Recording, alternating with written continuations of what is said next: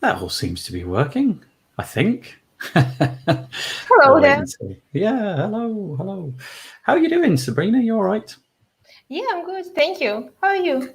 Yeah, good. My It's a hot day. It's never hot in Britain, but today is a hot day, and my computer is protesting. It's just the fan is on. So I apologise if you can hear my fan going berserk, but my fan is on. You're still in the Ukraine, I'm guessing by the well, we spoke yesterday, so it's very unlikely that you've gone anywhere. Yeah, I'm still here. They kind of opened the borders a few days ago here, but actually there are no flights. Oh, So yeah, the borders are reopened, but you can cross by car or by feet, but not by plane. do you did you have any plans that were kind of stymied or squashed? Were you intending to travel over the last few months or the next month? Should I mention Porto? Oh, of course, yes. Oh, that's too sore. Don't mention Porto. Yes, that was a big one, wasn't it? Was there anything else? Yeah, I had some plans, and also I have some other people making plans to come and visit me. That I really hope that will happen at some point, but we'll see. Yeah, we'll see. We'll see. Right. So, first of all, before we begin, everybody, thank you for joining us. We've got a few little comments coming in already. I might just put those in. Oh, Jewel was on this time yesterday. Jewel was right about there, just about there. And he's saying happy to attend this series. Thank you. You're probably going to be of great help to us, in all honesty, because you've been here and you've done that. And Chris Hughes, as always. Hello, Chris and Matt. How's the Kinstar plugin?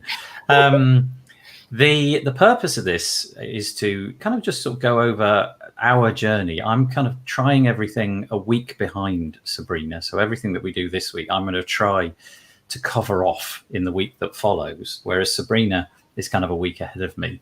But the intention of this is to kind of go through the process of launching a plugin and trying to get people to recognize that it exists and to install it and hopefully to leave favorable reviews and all of that kind of good stuff. And last week we kicked this series off with episode 1. Who knows how many there'll be? There'll probably be at least 10, I would have thought. But we're just going to go through today. First of all, we'll go through the homework that we set ourselves last week, and then we'll get Sabrina stuck into next week's stuff. Sabrina, your screen, the sharing option has gone away for me, so I wouldn't be able to share your screen even if I wanted to. So you might want to. Do you want to do it right now, or no? Even if you share it, I have to press a button to make it go in, but I can't press that button until you've given me the option to press it, if you like. But yeah, should we first of all go through the homework? Shall we do that? Okay, that's great. I can see that you're trying to share a screen now. That's good. Okay, so last week on our first episode, Sabrina went through this idea called a lean canvas, which is basically a blank templated document in which you can fill in the blank spaces in order to give yourself a better understanding about what it is that you're trying to achieve. And so there is my lean canvas. Ta-da! I filled it out. Now, for those of you that don't know, I'm friends with a chap called Tom Carlos who lives in Canada. He's probably asleep, and so he never gets to see these. But he and I are, well, he has built and I'm promoting a product called A/B Split Test, which is a WordPress plugin designed to help you A/B split test things. And so I've just gone through this exercise, as you can see on the screen, of filling in the blank spaces. You can probably see straight away that I've left a couple of spaces. I didn't really know much about the cost structure or the revenue streams at the bottom. But shall I spend a minute going through this, Sabrina, see what your thoughts are? Of course. With which one would you like to start? I think I'll probably just go from the far left and work my way on the screen. It goes the other way. I'll start over here with the problem. And in an ideal world, it's very faint, but it says here, identify 3 of the top problems which people are facing. And if you know what A/B split testing is, I think it's something that a lot of people would like to do, but don't really do, because it's just another cog in a wheel. It's a bit like SEO. Some people do it really well and other people kind of just assume that the plugin's going to take care of it. And so really, we're working from the basis that clients don't really know how their websites are performing. So that's what I put first. Clients don't really know what's going on. In other words, they probably have Google Analytics or something installed, but I doubt if they're even looking at that. And so this gives them little bits of useful information which tell them, let's say, for example, you've got a button, I don't know, a buy now button on your homepage, and you want to just see if a particular font combination or a color combination works. Well, this plugin will help them to do that, right? Which is, I think, really useful. So hopefully it'll give them insight into what their site is doing. Also, this tool, I believe, is really easy to use. So that's another big thing. It's just simple. You install the plugin, watch a couple of videos, and within a few seconds, you're up and running, and it's simple to use. And it's time saving. It's really fast. And I think once you've got the hang of it, you can probably set up a split test in, honestly, under a minute. I reckon you could set a stopwatch, and 59 seconds, you would have easily finished it because it's dead fast. You just do it on things that you've already got. So they're the problems. Do they seem like reasonable things, or have I screwed it up? I don't know. I was just wondering, do they know they have this problem? Yeah, this is a good point. Now, I was thinking about that, and I was thinking, well, if you've ended up on a page which is purporting to sell you a plugin to solve that problem, I'm thinking maybe you do. So yeah, that was something I wasn't really sure about, but yeah, you're absolutely right. Do they even know there is a problem? Do they even know this kind of technology exists? Do they know that you can have variations of one web page? I would expect most people, most end users of websites wouldn't have a clue that it's quite possible that what they're looking at is one of 2 or 3 different variants.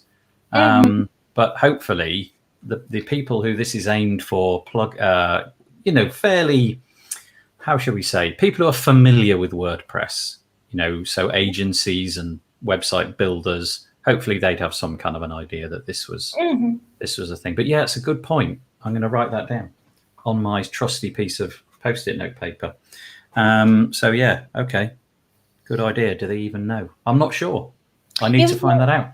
For example, if they don't know the problem is about testing different parts of the page, they can be aware of previous problem, the conversion rate.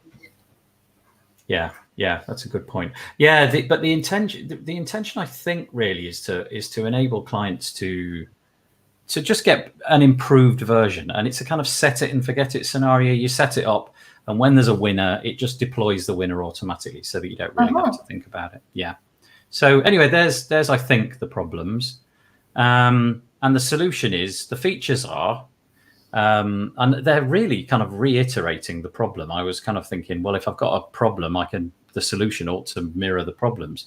So a lot of people these days are working with page builders. So we work with page builders.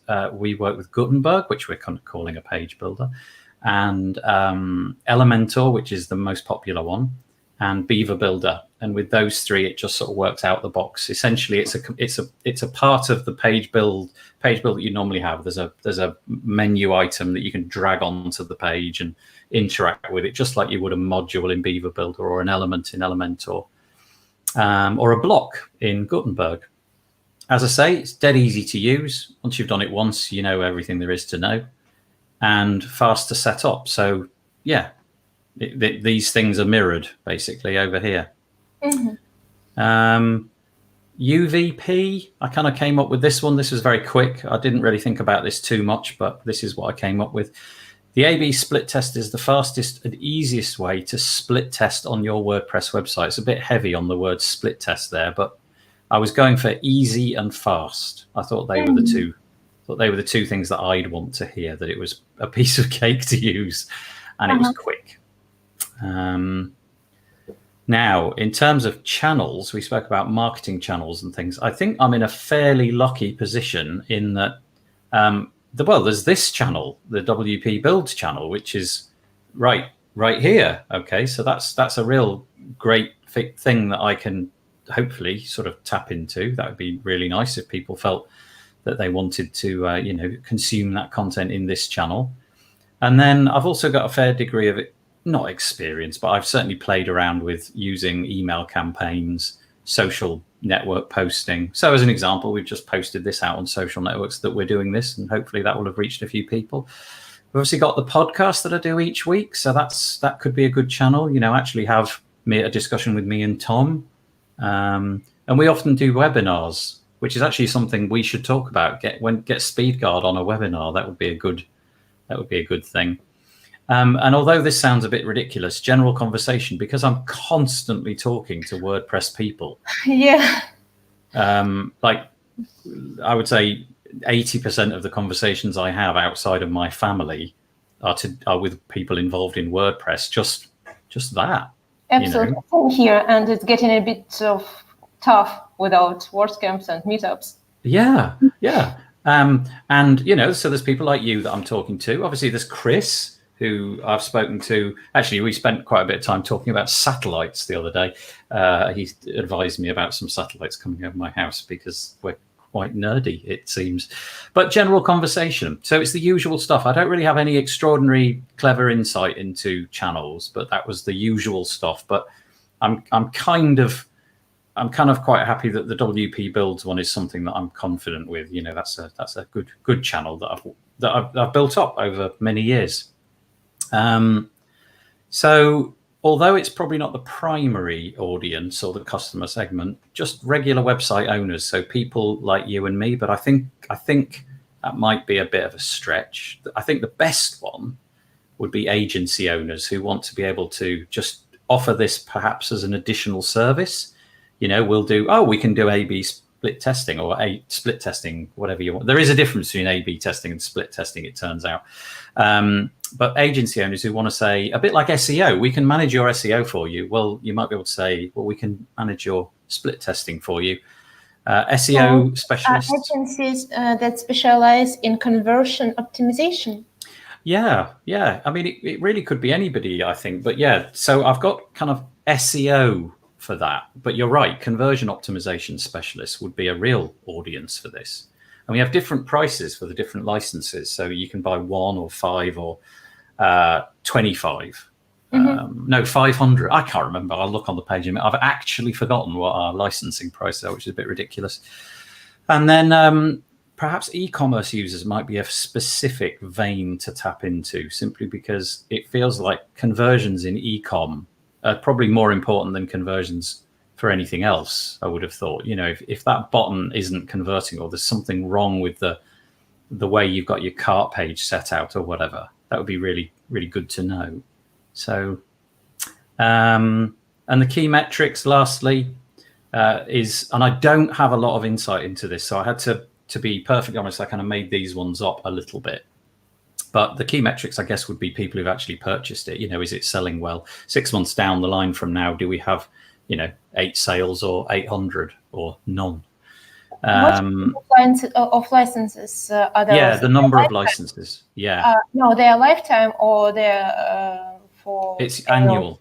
Okay. Well, it's the usual WordPress model, right? It's totally GPL. So you can have it and keep it, but the intention is to update it. And quite a few updates have occurred already. And so the intention is, to provide support and updates for the annual recurring fee. And there's different license models, like I said. We also have a live demo whereby you can just go onto the website and click a button, and a live site spins up, and you can play with the plugin. So measuring conversions from that would be quite useful. Is there a correlation between people who've demoed it and people who've gone on to buy it? In other words, does the demo satisfy them that this actually will be something they can use? Do you ask them for any information? Sorry for interrupting. Do you ask them for any information before they play demo? For email? No, well, the email only, and the only reason we do that really is to get is because the nature of the system that's built, it needs to provide them with a link to log in. So it's like a WordPress account, right? They have to have some way of logging in. So we ask for their email, and yeah, that's it. And then we've started building out, although it's going a little bit slowly because of COVID and childcare and all that on my part. Knowledge base articles, and so seeing if there's any correlation between, and actually already that seems to be the case. It already seems to be that people are searching the knowledge base, then go into the chat and saying things like, I saw in the video that. And so it would seem that making videos, putting them in a knowledge base and then offering chat in that knowledge base seems to be like quite a nice combination, because people who are using the chat in the knowledge base, I would have thought, are quite keen on exploring a bit further. You know, they've taken the trouble to come and view and, you know, all of that kind of stuff. So that's what I did. That's me this week. Is that? Are you satisfied with with my homework? You know, I used to be a teacher for a year for kids. So I can remember that experience. I just have one thought about this. I think here we are not pitching A/B split testing, but the improving the conversion. You didn't put it as a unique value proposition, but you just said it, make a better version of your landing page. Yeah. I think this is unique value proposition. Make a better version, like a more convertible version of your landing page, faster and it's going down. Actually, on the website itself, I can't remember what we had, a sort of slogan. Let me just load it up. Sorry, I probably should have had this loaded up beforehand, but I didn't. I would suppose they don't care if it will be split test or anything else. Yeah, so that was what we sort of came up with. Find out what motivates your website visitors and automatically give them more of the same. Is it really automatically?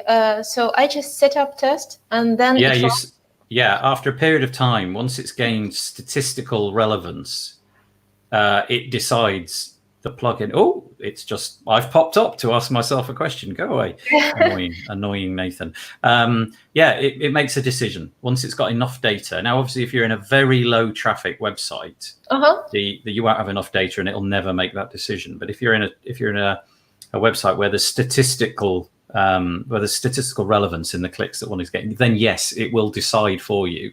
If you want it to, it will decide and just remove all the losing options and just push the good one out. And then, of course, you then go in and then test again, right? You use the winning one and think, okay, what can I do to make the winning one be beaten, and try that and just keep going. Like SEO, it never ends. Yeah. To me, it sounds like such a good selling point. It should be like on the very on the main place, like make your landing page better, convert better, and that tests are automatic. That that system will decide. Just set up like 10 minutes configuration, set everything up, and then system will decide the better option to optimize your landing page for conversions. Something like that, to make it clear because it's so cool. Okay, that's interesting. And we'll come on to that in a minute, because some of the things that we're going to talk about today is not really even knowing what your customers want. Because I hadn't thought that was the coolest thing. I thought the coolest thing was that the whole thing just worked, and that you were able to do this and it was easy. I hadn't really in my own mind decided that the automatic aspect of it was a cool bit, but that's interesting that you do. I don't know. Should we ask others who are watching us? Maybe they can join the conversation and say what they think. What is the coolest? Yeah, that's a good idea. I don't know how many people are watching at the moment. My thing is broken. My little thing which normally shows me who's watching. But if you are watching and you've got an opinion on that, what is the coolest feature? Sorry, I don't want this to turn into an advert for this plugin, but as we're talking about it, yeah, of course. But take your time. If you drop a comment in and we get some data on that, that'd be good. Right. So that's my homework done. It's time for yours, Sabrina. Shall I put yours up? Okay, let's do that. There we go. So my homework was kind of part of your homework. So it was last time, the customer segments. We defined that there were a few customer segments for my plugin, but I wrote them down. Nice. Segments.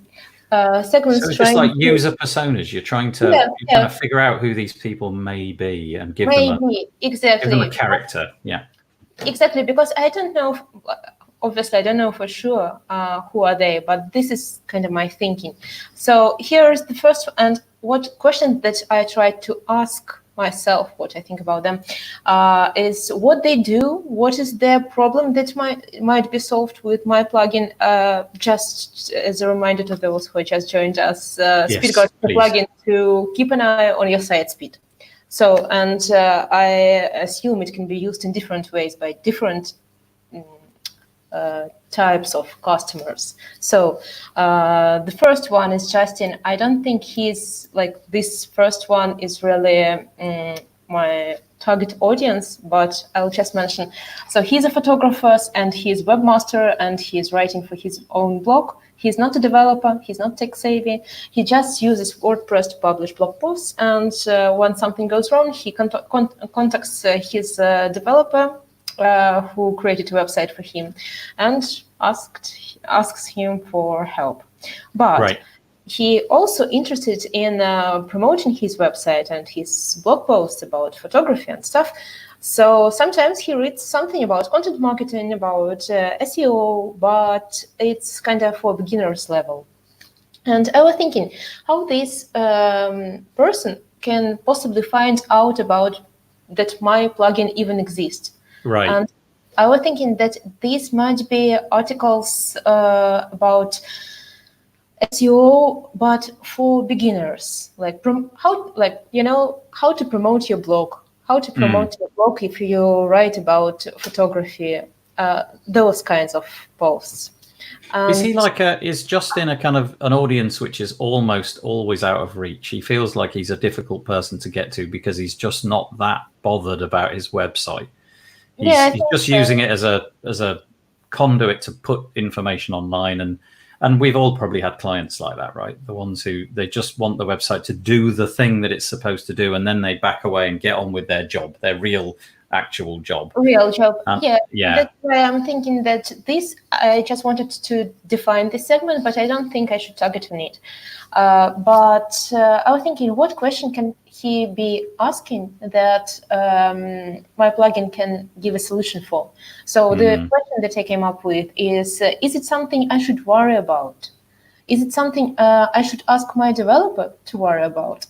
So these are the questions. Yeah, it's a good question. So so basically you're asking, it feels like if he's got a business around this, like if it's a photography business and he wants to sell photographs in his community or sell his services as a photographer, then he kind of needs to know about the SEO impact of having a slow site, that this is directly affecting my ranking. And it kind of feels almost like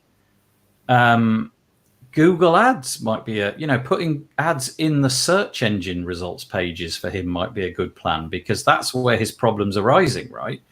Because he's seeing on the search engine pages, why am I not on page number 1? But, you've got to have, you've got to niche down with that, which is almost impossible. Right. It's so generic. Like, exactly. I understand there is a big chunk of users that might be like Justin, but this is so generic at this point. I want to keep this in mind and maybe come back to this later. Sure.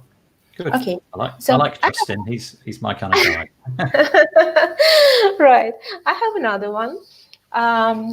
So her name is Lucy. She's SMO at a tech company. Actually, she's a real person. So she does all sorts of content marketing, SEO, digital marketing. She writes posts for companies' blog, and but she is not a WordPress developer at all. She's not tech savvy. She uses WordPress to publish articles on the blog, but when she needs something like styling or something, she will contact developers team. Why she might need it? Because she knows that site speed affects conversion rates, it affects SEO, it affects user experience and revenue in the end. So that's why she will be caring about this.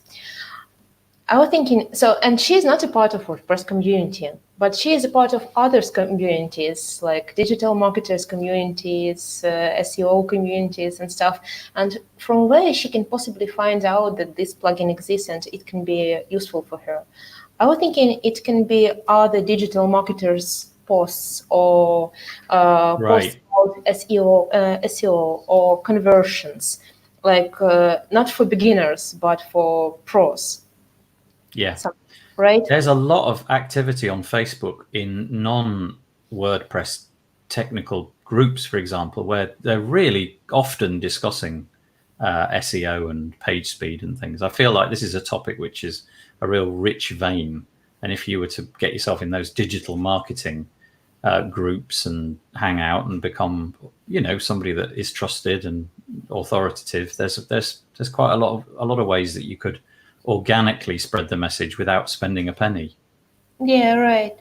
That's why I'm thinking this is like customer segmenting and user scenarios. They are so useful because when you mention the person, you can find out better marketing channels, and you instantly know where you can contact them, what problems do they have, and how you can possibly give a solution. Yeah. So that was Lucy, another segment, right? And now I also have James here. He's a freelance WordPress developer. He's developing websites for clients and mostly using page builders. He's middle senior WordPress developer. And from where he can get to know about this plugin, he might be looking for something quite different. He will be looking for how-to posts about speeding up WordPress. He won't be looking for SEO or conversion rate or stuff. He'll be looking like how to optimize images or how to convert GIFs into videos or someone like, should I use CDN or it will slow down my website? He'll be using for that, or he'll be looking for that kind of content. And also he can this from community news like this podcast. Yeah. He feels like a real good one to target first. Actually, of all the three that you've mentioned so far, he feels like a real winning person, because you don't have to do all the explaining. You don't have to explain the problem because he probably gets the problem, but also he's willing to put his hand in his wallet to buy the solution. Actually, I'm thinking about like this is for free version still. I think the same applies. He's willing to go searching the WordPress repository, and because he knows what that is, So So I was thinking, what is the question for him? If for previous segments it was, does site speed harm SEO, or should I worry about this? For James, probably it will be, does this website that I already developed, does it need my attention right now? Should I go and take a look at my client's website? Is it doing well? I think something like this. Yeah, I feel as well, especially in the world that we live in at the moment, it feels like clients are getting harder and harder to find. And it feels like the messaging from James to his clients could be quite useful. In other words, well, I know how to speed up your website. I've got some technology that I've deployed, which can help me do that, and I can show you the numbers if you like. And that's quite a nice thing. A lot of people in this industry have these kind of ideas of website care plans, and it feels like data from a speed plugin would be quite useful in a kind of care plan report or something like that. That's the next segment. Darn it. That's the next one. His name is Rich, and he happened to be a WordPress agency owner. So he's not developing websites by himself, but he is a middle developer, right? But he mostly manages projects. He manages finance and marketing. So his question probably will be, we already built fast websites. How we can make more revenue from it? Okay, So, yeah. So I'll repeat everything I said about a minute ago, but I won't. so I was thinking probably for agencies who already do nice work building fast websites, it should be rewarded. Probably, I think it was idea from the last episode, from the previous episode, that is, can this be used for marketing purposes? Like, as you just said, like a report, or for example, I don't know, like monthly report, or like show website, like, you know, the showcase that we put on our website, so what we've built. For example, this site, average site speed so and so, or all our websites are in green zone, like forever. Right. Yeah.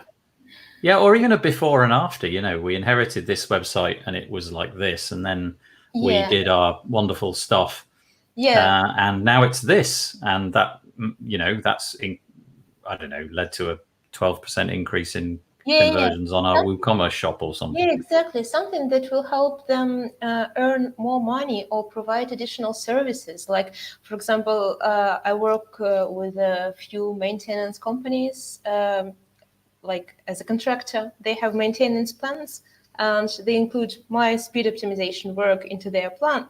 Okay. And I optimize site speed for their clients. So maybe they are doing something like this, and then they want to put this in their landing page or elsewhere. Yeah. Yeah, it feels like Rich is the one that's going to be, you know, you need to do the most thinking about, because he's going to have difficult questions to answer, isn't he? You know, how does it work? Tell me exactly what I can expect. What's in it for me, kind of thing. And it's not point, click, done. There'll be more. Okay, well, where can we take this? How can we create reports from this? What can we do to demonstrate to our clients that this is actually working, and so on? But Right. those two at the bottom feel like the win for me. Yeah, I was thinking this. I should put here probably. I was thinking this is for pro version. This is exactly what I was thinking about, pro version. Yeah. So all others are for free version, and free version is the one that we're actually trying to grow from zero to hero. Yes, indeed. Yeah. So this is my homework. That's good. I give you an A star for your homework. Well done. Cool. So I have to do this for next week. I'm going to have to come up with these customer personas for next week, and I will endeavour to do that. Hopefully, we'll share those documents after we finish the call. Okay, so what's up next then? Let me just drag this document into my script viewport over here so I can see what's going on. Right, so that was what we did last week. Do you want to tell us what it is that you're hoping to cover off this week? So this week, it's kind of everything is connected, right? So this week, I was hoping to talk about feedback, about like collecting feedback, processing it, and applying. Yep. Okay, so getting feedback from, in this case, all of your 4 people, and hoping to get feedback from them and working out what on earth to do with it once you've got it, which I think is the challenge is often viewed as getting the feedback, but in my experience, the challenge is really what to do with it after you've got it, because it's easy to just stick it in a PDF or a spreadsheet and then just think, well, I'll look at that tomorrow. Yeah, exactly. Yeah, then you never get to. It's like Google Analytics. You put the code in and it starts tracking, and when do you actually go back and look at it? The chances are it's not. Happens. Exactly. You don't go back. Okay, so let's go through it then, shall we? Yeah, so this like user scenarios and these user personas that we imagine, they can be quite imaginary, right? And maybe like after collecting feedback, we will be able to find out there are alternative ways to use our products, and maybe some points that we were considering like selling points are not really selling points for our audience, and they value something different. Yeah, this is really intriguing because you just touched on it about 20 minutes ago when you were pointing out something that I hadn't really thought was a big selling point. And I think that is true. It would be really interesting to get a bunch of people in a room and get them to just talk about your product and see what it is that they actually think it's for. what it's useful for, why they might deploy it, and so on. Because you just said the A/B split test one, you liked the fact that it does everything automatically, and really that's kind of got buried a bit in our thought process, but that is fascinating that that's what you think. But if you've got 100 people to talk about it, I'm sure they'd all have a slightly different take on it. So how are you thinking about getting all this user feedback then, and how are you thinking about actually gathering it? So first of all, I think they should be like real users. I mean, it's nice to talk in general about this, but it still will be assumptions, right? And it's more valuable feedback if you get it from someone who really uses your product. Okay, makes sense. Yeah. Yeah, I think it's important to define the goals of using feedback, and there are two of them to me. The first one is to do something, to make something that people want, and the second one, not to do anything they don't want, they don't care about. Yeah, that's a good definition. And say that again, because that might take a moment to sink in. Maybe the second is the most important than the first one. So this first one, maybe don't do things they don't need or want, and do lots of the stuff they do want. But yeah, you're right. Don't do the things they don't want. Right. Okay. I think this is the more important even than to build things that they want. The more important not to do anything they don't care about. I mean, it's better to go out with a family or to spend a nice evening taking a bath or something than building something no one cares about. Yes, it's a good point. It's interesting as well because in the WordPress space, there's a lot of plugins which get very successful, and then people get irritated because they lose their focus and they end up, features are all, the plugin becomes about all the different features, and then the irritation starts to arise, but it's got bloat. It's too many features. We just wanted it to do this subset of little things. So that's interesting. So yeah, okay. Concentrate on the things that they don't want as an important parameter. Okay. Mm-hmm. Yeah. So I was thinking also that not all the feedback is of the same type. And if there are different types, maybe there are different approaches needed. The first type, for example, like the most popular one type is feedback for testimonials as a social proof. This is one type of the feedback, for example, that you will use for landing pages, or another way, you will ask people to share their feedback on social media, so you get more views and more visits to your landing page. Yeah. Right. So this is one separate type, the one that will help you to sell the product. And there is another one, like feedback for bug fix, for example. It's quite different. Yeah, it really is. Yeah. Yeah, so, one comes from a place of frustration, and the other one usually comes from a place of happiness. Probably. Yeah. So this bug fix feedback, for example, you don't want to post about this or something. You can post afterwards after you fixed bug, but it's a different kind of feedback. And do you know what? That's a really good one, because I'm not going to. This is a sad thing to say. I enjoy a good change log. I quite like reading for the plugins that I've invested in and that I'm really, that are a big part of my business. Reading the change log carefully really matters to me, and so I like to see the bug fixes after they've happened. That I just like it. So there you go. That's, but I don't know there's that many of me. I think this is such a good point. I didn't have public repo for SpeedGuard until last month, because I was the only one who was working on it, and no one else cared. But also, do you know what? The frequency of the updates says masses as well. If you've got a plugin which is updated, and you can see it was like 4 times this month, and that big mark right at the top in the repo where it says last updated, that really matters to me. In that if I see it's been a year, You know, WordPress version, yeah, also, but the timeliness of the updates. So interesting. I wonder if even if you just push out a minor, not even a big one, you know, just like, well, I haven't done anything this month, but I've fixed that. Let's push it out rather than wait.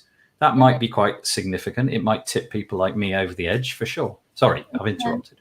Yeah, no worries. I was listening to some podcast or interview. I can't remember the SEO Press. I used their plugin SEO Press founder, and they started to do updates twice a month, I think. Yeah. Yep. Just to let people know they're working, they're doing something, and even if it's minor updates, it like brings calm to people that something is going on. Like everything is all right. Yeah. So, well, Chris has acquired a couple of plugins recently, and he said that the first thing he did was make sure that the changelog reflected stuff that was happening. Okay, so maybe I'm not alone, or maybe Chris is with me, that the changelog actually matters. And I like getting it in an email. I know it's not the most glamorous of emails, but if I get a changelog in an email, it's not exciting, but it's a knock on the door. It's like, we're still here, you know, it's interesting. If you update without telling your users what you've done, you risk them not bothering or knowing that you may or may not break with their setup. Thanks, Chris. That's what I used to do. Like no one actually was using my plugin, and no one was interested in contributing to it. So I just pushed updates and without logging what I've done. And it was not the cleverest thing I did, because later, in a few months, I wasn't able even to remember what I did before. And it would be nice to have that log, at least for myself. Right. And I guess, in all honesty, that's a trivially easy thing to do. You know, maybe emailing it out is a bit much, but if you just add to just a page on your WordPress website, just literally make a bigger page each time and just save it off. It's good. It's good to see. Right. I need to confess now, I don't have any page on my website about my plugin. You don't have any? No. It will be the topic of the next episode. Okay. Recently I made a page to have an URL that I can direct to, from where I can redirect to repository. So later, when I come up with real content, I can use that address to have. I'm with you. Yeah. Business there. Yeah. Right. I will come to that next week. You've got a whole week to fix your website. Don't worry. Right. This is whole work in progress. This is the whole idea. Exactly. That's what it's all about. The next type of the feedback I was thinking about is the feedback for new features. So we have now for testimonials a social proof, then we have for bugs, and now for the new features, right? So a lot of people use Trello boards. I like very much how WP Feedback does their roadmap. If you don't mind, I can share and show you. Yeah, share your screen. Let's have a look. Give me a second. The difficulty, I suppose, is that the most exciting one from an end user's point of view, if you're not me and enjoy a changelog, don't enjoy the changelog. This is the one that you want to see. I think most users are most drawn in by this one. They want to see the roadmap and the features that have just been done, because it's just that's just the most exciting. Yeah, that is nice. That's a Trello board, right? Just skinned a bit and made to look nicer with their colors and branding. I was listening to some interview where Vita said that for a long time they didn't have to come up with new suggestions or ideas, because everything was in this Trello board, and they just were doing what people requested for. Yeah. So they have few boards here in key coming up, in progress, complete, and like add-ons, ideas, and knowledge base. Like interesting. That's quite a healthy amount that they've got going on there. I think a more traditional roadmap feedback type structure might just be 3 channels. You know, it's like upcoming, in progress, done. and the upcoming is decided by some other feedback channel. Whereas the Trello board approach, everything's on that board, isn't it? All the feedback is in there, and then it might get dragged into a column. A lot of the solutions I've seen, it's that the feedback takes place elsewhere, and it might be bug requests or whatever, and then the developer, in this case you, gets to decide which of those bits of feedback become part of the upcoming channel. And that I think is quite nice, because then you've only got 3 things to look at, and it can fit on one page. One viewport can accommodate those 3, and you don't get lost with things that are right over on the right. So that's just a different approach. And actually, there's a plugin that I bought a couple of weeks ago, and it's on a lifetime deal at the moment. And I've only got my affiliate link for it. Let me just put it up, but you can probably figure out by Googling it. It's called Simple Feature Requests. And it's by a guy called James Kemp. And it's a WordPress plugin, which tackles this. And I bought it a couple of weeks ago. I think it's on lifetime deal for like a few more days. And I like it. It does all of the stuff that you'd want it to do. So I'll show you about that later if you want, Sabrina, because you might be interested in that. Yeah. So the way to collect ideas for roadmap, it's another type of feedback, right? Yeah. Just one thing to put in there. Would you people who've taken the time, let's say, for example, you hear on a couple of occasions, just like in a conversation, that somebody says to you, it would be good if SpeedGuard did this. Does that weigh as much as somebody who actually bothers to go to your webpage where your roadmap is, bothers to write a feature request, bothers to spell check it and make sure it sounds right and include screenshots and all of that? Is there a weighting? Because a lot of these systems, you can upvote things and downvote things, but I'm guessing that in reality, most new plugins, it's a battle to get anybody to write anything. So which ones do you put your energy into? How do you know which of the things are going to come first? I guess you just make it up yourself, decide for yourself. Exactly. I mean, if my plugin already had maybe it won't sound nice. I don't know. If my plugin already had 10 cases installed and a lot of users willing to give feedback and say, I have Trello board and there are hundreds of people voted for some feature, but I don't feel like this is a good idea. I don't feel like I won't do this. It's my plugin anyway. Yeah. Be interesting to see though, because once you've got a ton of users, those systems of upvotes and down, or I think usually it's just upvote. You ignore the ones that you don't want, and hopefully the good ones, the ones that are most required by the community that you're trying to create, they rise to the top. But I'm suspecting that at the start, you'll maybe have 2. I'm just wondering though, if you hear in a Facebook group that 20 people who somehow have ended up in a thread about SpeedGuard have said, oh yeah, make it do that. Well, how long did that take to write? How much commitment was there in, oh yeah, please make it do that, as opposed to somebody that really, really wanted it because they went to your website, found it, created an account, typed it all out, gave you, do you know what I mean? Yeah, I understand. I perfectly understand this point. For example, some nice person who are interested in security, for example, goes through my plugin's code and finds some leak there and says that so you should fix so and writes me the long nice email about this. So definitely they put a lot of effort into going through the code, into writing back to me to explain the thing and helping to make it better, right? But also 20 people on Facebook group posting short messages about some feature requests. I understand they didn't put a lot of effort in this, but the idea can be really good. Yeah. I just wondered where the balance lay there. Jewel is sort of saying people actually do it. They do make the effort by the looks of it. Add a link to your plugin. Add a link. Add a link in your plugin. Sorry, do you mean link in the settings to GitHub? To the whatever feedback you're going to use, I suppose. So if you've got a Trello board, link in the settings to the Trello board. Yeah, that's a no-brainer. Thank you, Jewel. Thank you. I have a link in my plugin to WordPress repo, so people can leave their review there. Yeah.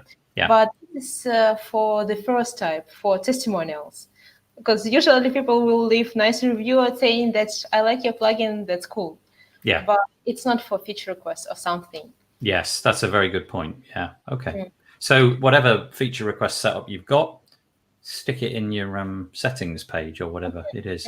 Yeah, send them, Chris. Yeah, send them to your feedback form. Something easy for them to fill out without much onboarding. Nice.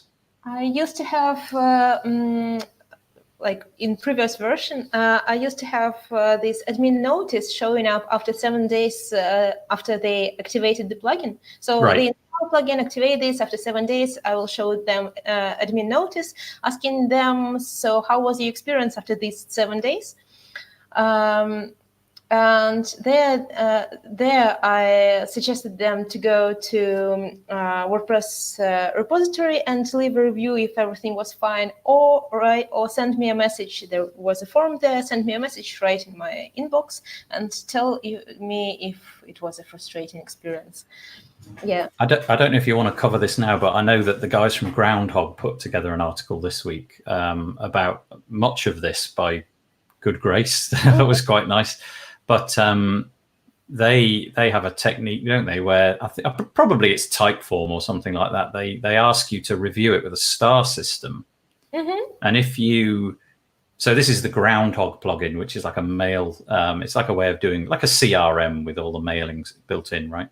And they say basically if you submit 4 or 5 stars, they will send you some thank you to some thank you page. But if you submit 1, 2, or 3 stars, they believe that's dissatisfaction, and so they then send you elsewhere, where they will then ask you to highlight what the problem is so that they can explore it further. So that's quite interesting. That's quite a nifty little technique. And Don offer 5-star 2-second interaction seems to be quite a nice idea, I think. I also liked what Adrian and Toby mentioned there. Don't offer incentives to give feedback, such as discount codes or because when people leave a feedback in hope that they will get something, it's not like valuable feedback. Why would you want that? It's really interesting. On the AppSumo website at the minute, there is a WordPress plugin. I won't mention what it is, but apparently, I don't know if this is true, so I could be wrong. Apparently, they've done exactly that. When you purchase it, they give you free stuff if you go and favorably review it on AppSumo. And so you can imagine what happened. It got lots of really favorable reviews, and then a lot of people started to chime in and say, hang on, this is a lot of really positive reviews. Something's a bit fishy. So kind of could backfire. But I think that's wise. Stay away from incentives. But I do like the little star system. And I know, coincidentally, that Jules' Fluent Form system can handle that for you if you wanted to use it. He's got a star rating system. And I bet you with some conditional logic, you could hop them over to somewhere else. So there you go. Little plug for Jules. Yeah. What else? Just to mention, there was a nice point in that article too about reply to bad reviews. I think that's really a good point, not to ignore them and not to try to make them. Even when I was working for WP Rocket, I saw a lot of reviews and feedback when people were not happy with the product because they done something wrong by themselves. They didn't understand how it works. Like their bad reviews had nothing to do with the product itself. And when you try to explain them, especially in public space, if you try to explain that you were wrong, you were doing something wrong, that's why you have the problem that you have, but it can be fixed and so, it doesn't really help. They don't want to know they did something wrong. So the advice here in that article on Groundhog posts was to explain the thinking behind your decision and just to help them solve the problem without explaining that they did something wrong. Yeah, here, try this. Yeah, that's interesting. I just want to interrupt for a moment, if that's all right. You said that you, after 7 days, you are going to be asking for some feedback. And I know this has nothing to do with the topic of feedback, but I'm interested anyway. Do you, in that first 7 days, do you have them on any educational journey? Do you provide, like, day 2, get this email telling you how to use this aspect, day 3, get this, and then at the end of that sequence comes the feedback email, or are you just straight in on day 7 with give me some feedback now? Right, exactly what I did, but I love that idea of yours. Like, I think this is like fantastic idea. Like, you're making something to educate your users to use your product, and then you ask for feedback, because now it seems like it comes from nowhere, right? Yes, and it just feels a little bit like, oh, so now you want to hear from me, kind of thing. Whereas, and it's not difficult, is it? It might take you half a day to write 300 words just to, I don't know, with some screenshots about how the plugin works and what the settings do and so on and so forth. So that is something we are trying to do. We are hoping to get people on a sequence of, well, the article ended up being a lot longer than was first envisioned. So it was planned to be about 3 days. It might be a lot longer. And then feedback afterwards. But we don't know how the feedback's going to be gathered just yet. So I was thinking about I will just interrupt these bullet points of types of feedback. I was thinking about making documentation the topic of the next episode. How do you feel about that? Yeah, that's really good. I am so deep into that. I kind of go into it for like half a day at a time. It's a lot harder than it looks, actually, is all I'll say of my experience. But yes, I'll certainly have things to contribute to that. Hooray. Cool. Yeah, let's do that. So just going back on the types of feedback. So there are for testimonials, for bug fix, for new features request. Then there is a feedback to retain a customer. Like if this is a paid product and they are given feedback like, on deactivation, we will ask them about why do you deactivate? Can we provide you some support?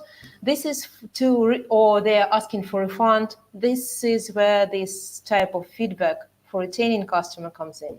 Yes, I find this is personal, right? I when I click deactivate on a plugin, I'm very conscious that I did that.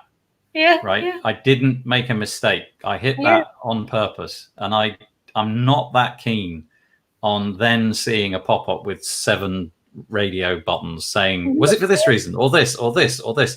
And then you make it go away. Yeah. So it's an interesting one because it works well. I understand it's totally, but I just hate it. Does it work? I think so. Because whatever. If it works, it works. But I just never fill those ones out. That's just me. Churlish me. It definitely works for WP Rocket because a lot of people deactivate it. Like this is the kind of plugin that needs a lot of compatibility with other thirds, like everything. Okay. Yeah. Because any new plugin that you install can cause some conflicts. So, and you notice that you've done something and there is a conflict, and it goes away when you deactivate WP Rocket. So you deactivate it, and kind of it's the one who you're supposed to blame, but the problem, the issue can be fixed really like fast by doing some settings, like configuring. And when you click deactivate, there is an options of 7 points asking you what was the reason, and a lot of people will fill in this, go to support, and support will fix this for them. That's fascinating. Yeah, and Chris says he doesn't like it, but if it works, it works. Yeah, it's one of those philosophical nooses around your neck. If you don't really want to do it, but if it works, I think maybe go for 3 bullet points instead of 7. It probably depends on the plugin itself. I don't think it's a good idea for SpeedGuard, for example, but for example, for A/B split test, it's not like simple plugin. Yeah. Yeah, that's interesting. I honestly hadn't even thought about that though. So that's a really interesting avenue for getting feedback. So feedback at the point of dissatisfaction. That could also, I suppose, extend to feedback on the point of not recurring a license, So somebody cancels their recurring Stripe agreement or their PayPal. Yeah. Because what I'm already noticing is that quite a few people will buy the plugin. Well, I say quite a few, that's an exaggeration. We've had some people who've bought the plugin, and then the very next thing that they clearly do is go and cancel the mandate over on PayPal. So they're basically buying it, and they're probably thinking, okay, I'm going to give this a go for a year, and if it's working out and I still want support, I'll take it up again, or I'll just go GPL all the way. Bought it once, it's mine. We'll just see how this works out. Interesting though. Also, I think about this recurrent payments. I think this is like huge, massive thing for revenue. It's super cool, but for user, I think people might also do this not because of product itself, but because, like for example, like it's personal experience, right? I buy something, I buy a lot of stuff, and I just don't want to be charged for something I didn't use, and I forgot about this. Yeah. Months later. Totally forget, right? That's the thing. There's definitely an element of making you forget, right?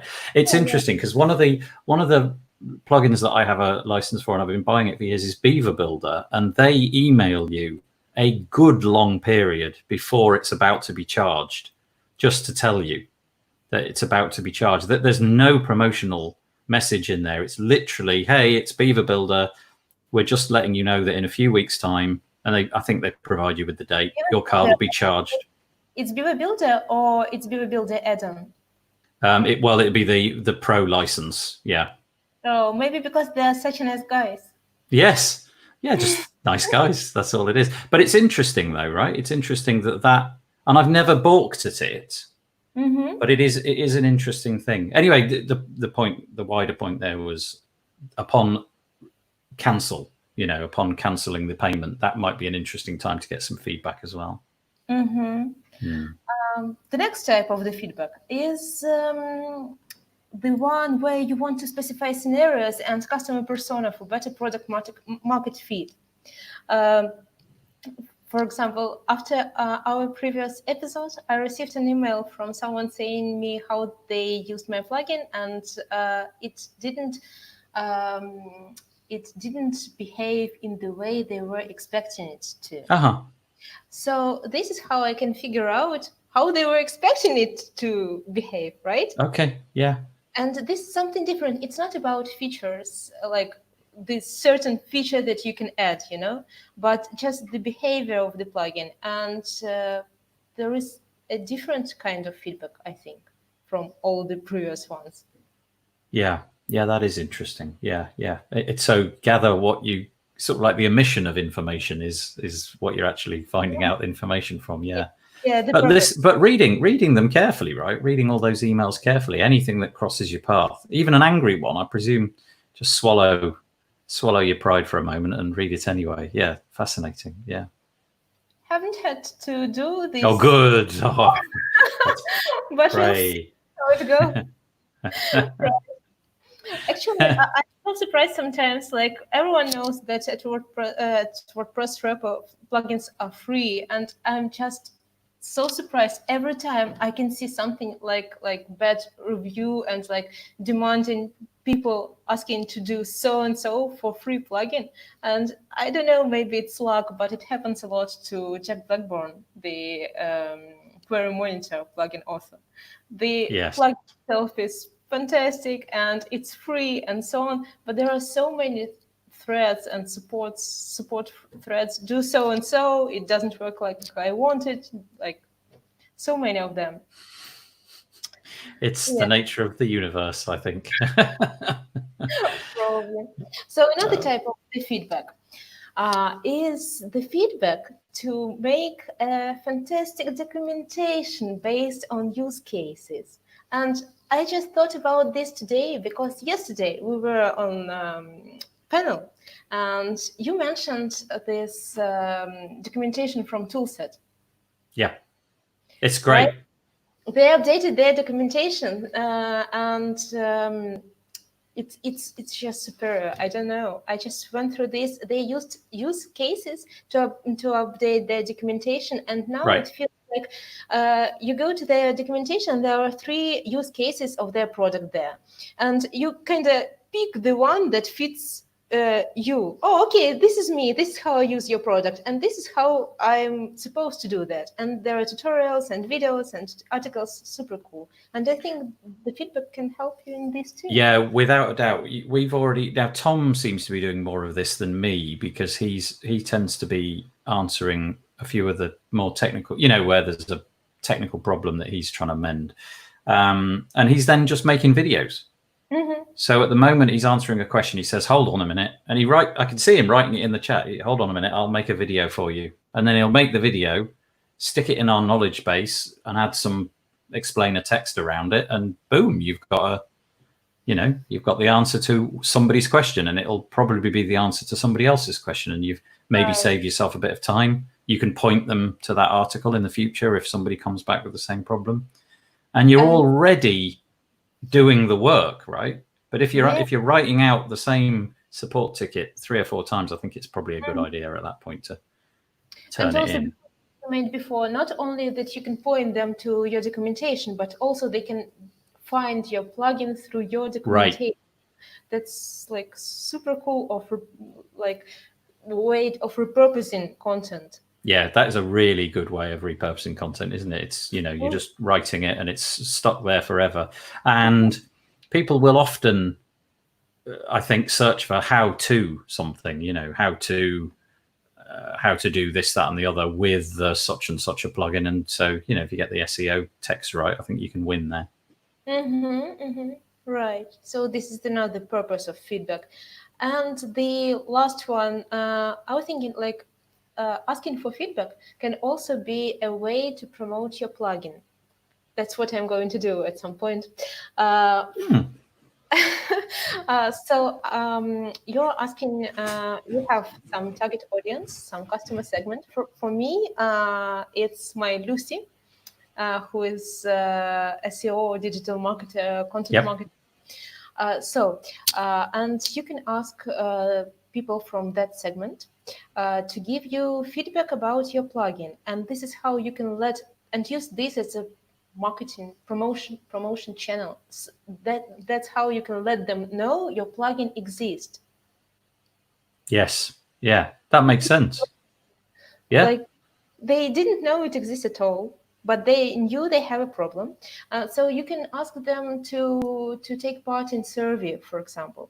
How do they cope with the problem right now? What solutions they use? And then you can just tell that there is the solution to this problem. But also you need to offer something as valuable in return as their time is, obviously. Yeah, I always quite fascinated by companies that reach out to me who ask me to fill out a survey. And, sometimes I do. More often than not, I don't. But I sometimes find it strange that companies that are really on the very edge of my consciousness, I'm barely aware of who they are. They write to me and ask me to fill out this survey. And the only thing that I'm getting out of it is that it'll be better when everybody's feedback's been built into the new platform. And I do think incentives on feedback are quite an interesting one. And I know we touched on that earlier. It's hard to know. I think it's nice to offer people something more valuable just than satisfaction from knowing that they made this world better. Yeah, I think incentives for testimonials are maybe probably not a good idea. But maybe incentives for feedback is a good idea because you're actually getting help with something for that. Yeah. Okay. Yep. So that was the last one, and I was thinking these purposes of feedback, right? They define the way you will ask for it, you will process it, and how you will apply it in future. So for our next episode, next week, I was thinking about making defining and setting up the ways of collecting those kind of feedback for my plugin and share the results. That sounds good. Do you have regular feedback coming in then? Not regular. Someone No. will. I have a few reviews on WordPress.org repo, quite a few, 8 for plugin that has 100. Oh, my plugin has 100 installs. I should have brought champagne, I think. You need a cake. You need a cake to celebrate. Oh, that's great. What, did that click over just now or something? No, it was growing slowly, and last week it was 90 active installs, and this week it's 100. Yeah, we're getting there. We've gone from 0 to, well, I can't claim any of that, but that's interesting. So I don't know. We're not really getting feedback in that sense. We're just getting support stuff. But I'll try and gather some of that stuff up as well. But I'm gonna fill in the chart with the customer, the user personas. That'll be my homework. So your homework is to gather feedback and all of that stuff and collate it. Okay. How to get it for different purposes. Nice. That's it, I think, is it? Boy, do you remember when we talked about doing this? We thought it'd be like 20 minutes. Yeah. Well, this one has been an hour and a quarter nearly. Okay. It's good. I'm really enjoying it. It's honestly, I'm learning a ton, but there was a load of good stuff in there. Do you know what we should do? Is we should probably put your nice Google Doc show notes somewhere. Right. I will for the first episode and for this one as well. Even if it will be like a rough bullet points, I think it's better than that, right? That'd be nice. We can put it with the videos. Right. So we're back same time next week, and we're going to be talking about documentation and what to do with feedback and all of that kind of stuff. My homework is to answer Sabrina's DM. Sorry, been snowed under with all these. Sorry, all these WP build sessions. Thank you, Chris, and various other people. Just in answer to this question, what's the easiest way to learn how to create your own custom plugins? I don't really have a good answer for that. I don't know if Sabrina's got a document or a thing that she did that was like really a slam dunk. No, I just can say that I'm using, there is a WordPress plugin boilerplate, like the framework, like frame generator for WordPress plugin, but it does nothing. You just activate and deactivate plugin. And to build your plugin, you need to know what problem you will solve, I think. Yeah. So first of all, then, identify the problem. Yes. This is good. Justin Tadlock has produced, I believe now I'm going to say Wiley, but that doesn't seem right. Anyway, he's got a new book. It's like a big red W made out of what I think is flowers. And it's Justin Tadlock and 2 other people who have both got incredible credentials. And I can't remember who they are, but they're, and I believe it's called WordPress plugin development or something like that. I think it's $29 on Kindle, might be a bit more on the actual paper version. But honestly, I reckon that would be the best money you'll spend if you want to learn how to do plugin development. And I really like books. I do like holding a book and flicking a page and then going back. It really helps me. But anyway, we digress. Let's take that away. And so Sabrina, thank you. Thank you. Oh, yeah, it's great. Really appreciate it. Thanks for you guys for watching. Appreciate that as well. I'm going to make our screens go blank and say bye-bye. And Sabrina, shall we have a quick chat when it's all over? And all right. So everybody, have a nice week. We'll see you next week. Bye.